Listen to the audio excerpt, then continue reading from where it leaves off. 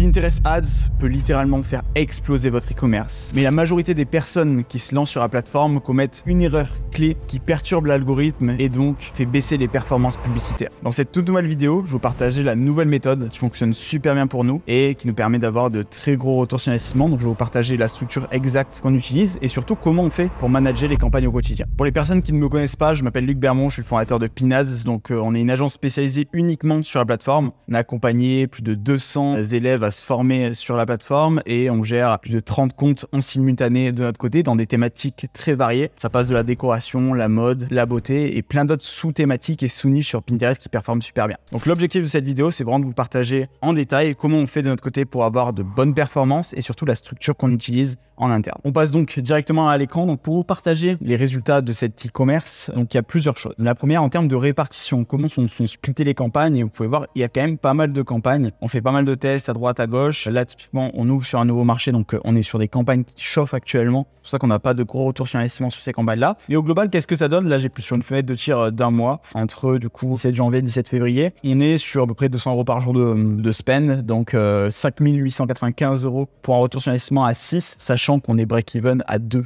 avec cette marque. Du coup, en termes de marge nette, on est vraiment super bien, quasiment 26 000 € de générés sur un mois, quasiment avec juste du Pinterest. Il y a juste du retargeting sur Facebook qui tourne pour maximiser les résultats, mais globalement, sinon en termes de stratégie, c'est vraiment full Pinterest dans une thématique qui match super bien avec la plateforme et surtout avec un gros travail au niveau des créas. Et ça, c'est super important. Donc en termes de budget, qu'est-ce que ça a donné? Du 17 janvier au 24, on a augmenté, création de nouvelles campagnes. Après, au niveau entre le 30 janvier à peu près et le 11 février, il y a eu une stabilisation. Donc là-dessus, le but, ça a été justement de passer cette phase d'apprentissage. Parce que ce qu'il faut savoir sur Pinterest, c'est que comparé à Meta, l'algo est beaucoup plus long. Il met plus de temps à trouver les bonnes poches d'audience, les bonnes créas et derrière, trouver le bon combo qui va faire que vous allez vraiment maximiser vos ventes. Qu'est-ce que ça veut dire? Ça veut dire que sur la partie scaling, on va être un peu moins agressif comparé aux autres plateformes parce que l'algorithme justement met plus de temps, encaisse un peu moins ces perturbations de budget. Donc il faut monter vraiment progressivement et c'est pour ça qu'on a eu une longue phase de stabilisation. On a eu des petits drops de retour sur investissement. Du coup, on stabilise et dès qu'on reprend de l'attraction, à ce moment-là, on va pouvoir scaler petit à petit, étape par étape. Donc ça, c'est vraiment pour que vous puissiez comprendre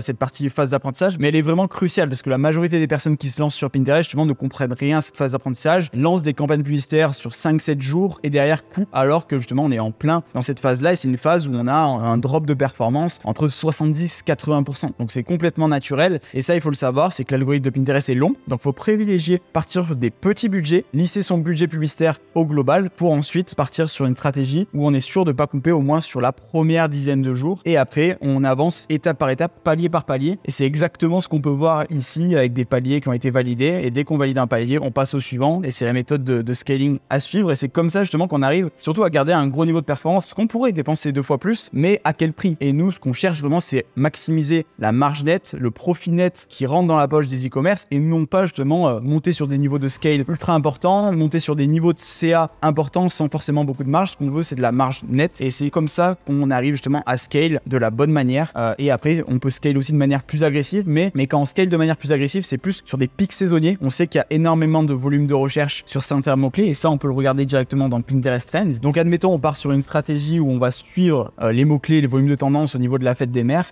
on peut voir justement que les pics de recherche se font vraiment à un moment très précis et du coup la fête des mères étant aux alentours du 7 juin en 2023, ce qu'il faut faire c'est lancer les campagnes directement au moins un mois en avance, chauffer l'algorithme mais après dès qu'on se rapproche de cette phase-là, de ce moment clé de l'année, à ce moment-là on va pouvoir scaler de manière plus agressive. Donc le but sur Pinterest c'est d'avoir des campagnes fil rouge comme je vous le montre juste ici. Ça c'est des campagnes qu'on va justement effectuer des switches de créa, des switches de mots-clés pour vraiment toujours optimiser.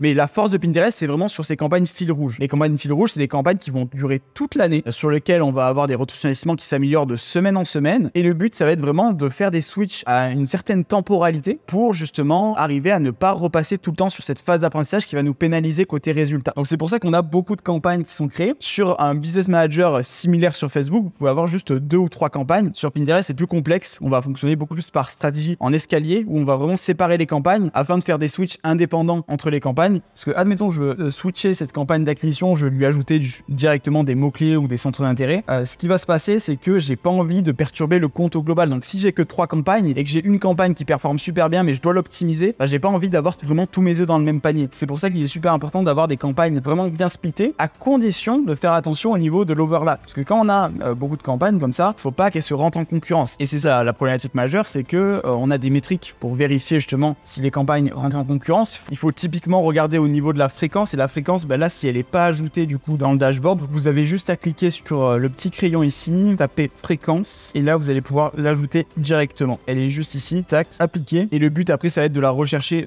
tout à la fin. Souvent elle se glisse tout à la fin, tac, fréquence, je la cherche. Et une fois qu'on a la fréquence dans le tableau, le but c'est de l'analyser sur les campagnes, surtout d'acquisition ou retargeting. On va directement avoir des fréquences plus importantes. Donc la fréquence, ça correspond à quoi? Ça correspond au nombre de fois que les personnes ont vu la publicité. Donc là-dessus, si toujours les mêmes personnes voient les mêmes publicités, vous allez avoir justement une audience qui est un overlap. Vous allez avoir des personnes qui sont moins réceptives à votre message publicitaire et vos campagnes vont petit à petit dropper. Ça va pas être un drop vraiment très violent, mais petit à petit, vous allez avoir des performances qui baissent. Donc au niveau de la fréquence, en retargeting, le but c'est de ne pas dépasser les 8, vraiment maximum, mais c'est pas une métrique tellement à regarder en retargeting, c'est plus sur la partie acquisition. Le retargeting, ce qu'il faut faire, c'est vraiment faire des switches créa assez réguliers, parce que c'est toujours les mêmes personnes qu'on va cibler, c'est des poches d'audience plus petites. Mais en acquisition, je vous recommande vraiment de ne pas dépasser les 3 ou faire beaucoup de switch justement quand vous dépassez les 3 de fréquence. Ça, c'est vraiment pour limiter l'overlap. Après, voilà, si on est à 3,14 ici, c'est pas encore alarmant, mais on évite quand même de dépasser cette métrique-là. C'est un peu une métrique, justement, un signal d'alerte pour voir si les retours sur investissement suivent. Si ça suit et que derrière, justement, les performances tiennent, là-dessus, on peut faire des switches de manière plus légère. Mais par contre, si vous voyez des retours sur investissement qui drop avec une fréquence qui explose, là-dessus, ça veut dire qu'il y a des changements à faire, soit au niveau de la créative, soit au niveau du ciblage, parce que sur Pinterest, on a la possibilité de soit cibler avec des centres d'intérêt, soit avec des mots-clés. Donc là, il y a vraiment un travail à faire à ce niveau-là pour identifier qu'est-ce qui bloque. Est-ce que c'est un centre d'intérêt précis, admettons le centre d'intérêt mariage qui ne performe pas? À ce moment-là, du coup, on va en tester un nouveau. Et là-dessus, des fois, c'est super intéressant de tester des centres d'intérêt qui ne sont pas directement liés à la catégorie, parce qu'il y a certains centres d'intérêt, comme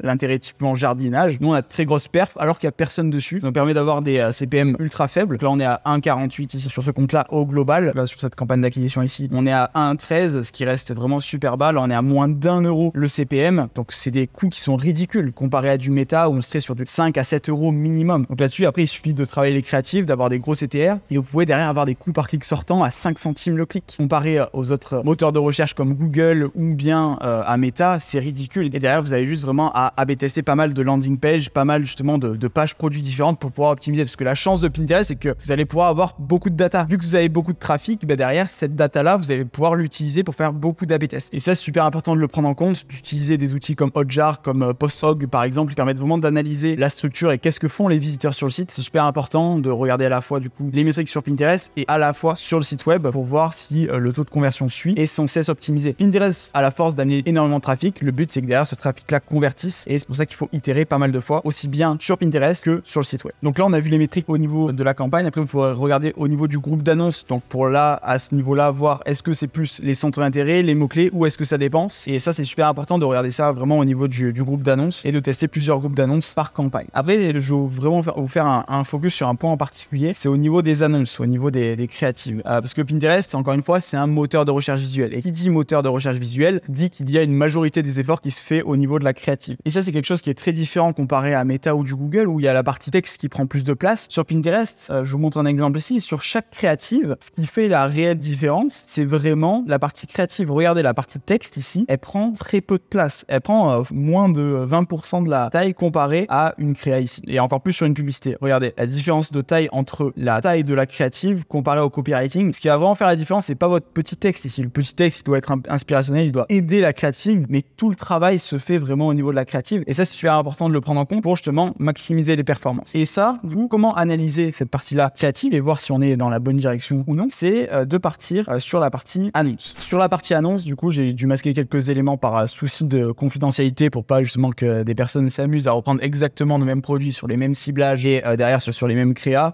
Ça arrive qu'il y ait des personnes justement qui nous copient pas mal là-dessus, donc je fais quand même vachement attention sur ce point-là. Pour vous partager justement plus d'insights là-dessus et comment manager la partie annonce, je vous invite vraiment à filtrer ici par valeur totale de commande paiement final pour voir surtout quels sont les créas qui ont le plus plus performer en termes de chiffre d'affaires et non pas juste en termes de taux de clic. Parce qu'on peut le voir, cette créa à 0,47 a généré plus de chiffre d'affaires qu'une créa qui est ici à 0,55% de CTR. C'est pas des taux de clic qui sont vraiment dingues, mais en fait là on est sur des créas qui sont éducatives. On est sur plus un style de créative, plus vidéo, donc ça dépend vachement des thématiques. Il y a des thématiques comme la décoration, etc. où le statique marche souvent mieux. Là on est sur une autre thématique, une autre niche vraiment très précise, et là-dessus la vidéo marche mieux parce qu'on arrive à éduquer les prospects dans la vidéo, et les prospects qui cliquent, on sait qu'ils sont très intentionnistes. On sait qu'il y a de très fortes probabilités qu'ils passent à l'achat dans la semaine derrière, parce que c'est des créas justement qui éduquent le prospect et qui lui sèment une graine dans la tête en mode ah ouais, c'est vrai que ça peut être intéressant ce produit-là, ben pourquoi pas l'acheter, je le garde dans un coin de la tête et derrière je vais revenir faire un achat. Et en fait ce qui se passe sur Pinterest, c'est qu'il y a souvent ce cycle d'achat en 2 temps. On arrive à semer une graine dans la tête du prospect et derrière il va finaliser son achat quelques jours plus tard. C'est souvent un cycle d'achat en 2 temps Pinterest. C'est pour ça que les campagnes de retargeting sont très importantes, et pousser certaines campagnes de retargeting avec certaines offres précises pour pousser à l'achat maintenant, ce que je partage dans la méthode BPO et également dans le programme Pinicom, bah derrière ça permet justement de booster les ventes et surtout de créer un sentiment d'urgence qui va permettre aux personnes d'acheter directement. Donc sur la partie créative, le but c'est d'enlever les inéquations. Admettons, je vais analyser également le retour sur investissement ici, et le but c'est de catcher toutes les campagnes qui ont des retours sur investissement les plus bas. Donc là ici on a un retour sur investissement à 3,5 qui est beaucoup plus bas comparé aux autres campagnes. Ici on est à 0, il faut voir le spend, mais le but ici ça va être de couper et de remplacer les campagnes qui ne performent pas. Et ça c'est un autre point qui est crucial, c'est qu'il ne faut pas juste couper certaines créas, mais les remplacer, parce que le truc c'est que si on s'amuse à tout couper et qu'on shoot sur une créa, bah, le but c'est toujours de laisser de la marge de manœuvre à l'algorithme. C'est un algorithme qui est très fort sur cette partie-là visuelle, où il faut pas hésiter à faire pas mal de rotations, pas mal de switch à un timing bien précis. Et ça c'est quelque chose qui est encore une fois un point vraiment déterminant, parce qu'on est sur un moteur de recherche visuel. Et pour la partie analyse, un autre point important, c'est que vous pouvez analyser une créa en particulier, et ce qui est intéressant c'est de regarder les pics de vente. Donc là si vous êtes uniquement sur des campagnes de conversion, je vais mettre conversion ici, tac, j'enlève la campagne d'intérêt, et là je vais pouvoir mettre un graphe avec les dépenses. Donc là dépenses et impressions, ça ne sert un peu à rien. Ce qui est intéressant c'est d'analyser qu'est-ce que ça donne. Bon, au niveau des taux de clic, est-ce qu'on a des taux de clic qui augmentent, qui sont stables? Là ils sont relativement stables. On a eu un gros taux de clic ici, mais bon, un niveau de défense qui était plus faible, donc c'est pas relatif sur cette partie là. Mais après ce qui est important c'est surtout de regarder en termes de vente, qu'est-ce que ça donne. Est-ce qu'on est sur une tendance haussière, une tendance baissière? Et là typiquement on peut voir, là c'est encore un peu tôt pour juger, mais là on a une zone un peu creuse sur cette zone là, donc à voir ce que ça donne dans les prochains jours. Mais si d'ici un jour ou deux là, si on passe le week-end et qu'il n'y a pas eu de conversion, bah là on va se poser la question justement de remplacer là. Mais encore une fois il y a une notion de timing qui est importante. On va pas faire des switches vraiment tous les jours comme un sur Meta, où derrière on essaie de switch rapidement parce que l'algo est vraiment très gourmand en termes de créa. Sur Pinterest il faut laisser un peu plus de temps. Il y a des astuces pour contrebalancer ça, et c'est super important justement d'avoir cette notion de timing où on est plus lent en termes d'action comparé à un Meta. Et ça c'est vraiment un des points noirs où les personnes galèrent typiquement, parce que c'est un peu contre-intuitif. On a de l'argent qui se dépense, on a de l'argent qui on voit qu'on n'a pas de retour sur investissement direct, parce qu'il y a ce cycle d'achat en 2 temps. Donc il faut vraiment prendre son mal en patience à certains moments pour justement faire les switches au bon timing afin de ne pas avoir de drop de performance. Et ça c'est vraiment une clé ultra importante sur Pinterest. J'espère en tout cas que cette vidéo vous a plu. Si c'est le cas, n'hésitez pas à la liker. Si vous aimez ce type de format, je suis un peu plus en détail dans les analyses des campagnes, faites-le moi savoir en commentaire. Si vous avez la moindre question, n'hésitez pas. Et on se retrouve dans les prochaines vidéos au sujet de Pinterest. Je vous mets tous les liens en description au sujet de la méthode BPO si vous voulez aller plus loin et voir comment on fait pour générer plus de 3000 € par jour grâce à la plateforme, à la fois sur la partie publicité et la partie organique. Je vous mets le lien de mon agence et toutes les ressources dont vous allez avoir besoin sur Pinterest. Tout ça, ça se trouve en description. Je vous dis à la prochaine dans une prochaine vidéo. C'était Luc. Ciao.